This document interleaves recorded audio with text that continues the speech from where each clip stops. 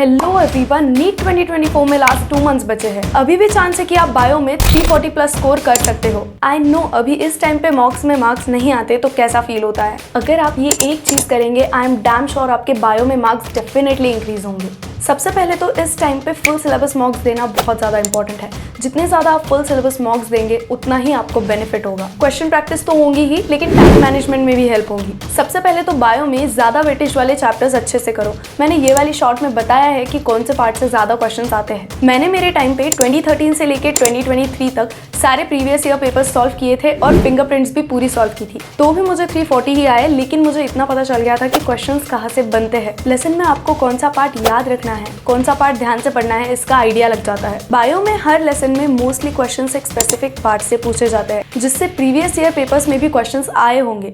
मैंने नीट 2023 में ही दी है और मैंने बायोलॉजी के सारे वन शॉट्स भी पोस्ट किए हैं। देखो, पेपर में प्रीवियस ईयर क्वेश्चंस को ही घुमा फिरा के बनाया जाता है। मोस्टली जो क्वेश्चंस होते हैं वो प्रीवियस ईयर पेपर के कॉन्सेप्ट्स पे ही बेस्ड होते हैं। अगर आपको सारे प्रीवियस ईयर क्वेश्चंस बन गए, trust me you are good to go. आपको 320 प्लस मार्क्स कैसे भी आ जाएंगे। क्वेश्चंस एनसीईआरटी से ही बनने हैं और मैंने मेरे वन शॉट्स में एनसीईआरटी प्लस कॉन्सेप्ट्स पूरे अच्छे से कवर किए हैं। हर जगह बताया है कि यहाँ से क्वेश्चंस बनते हैं, तो आपको उस हिसाब से वन शॉट देखते हुए ही चीजें याद हो जाएंगी। अगर आप मेरे वन शॉट्स देखने के बाद प्रीवियस ईयर क्वेश्चन सॉल्व करेंगे, आपको सारे क्वेश्चंस बनेंगे। I will give you example. ये नीट 2023 का क्वेश्चन है और सेम चीज मैंने मेरे वन शॉट में हाईलाइट की है कि यहाँ से क्वेश्चंस बनते हैं।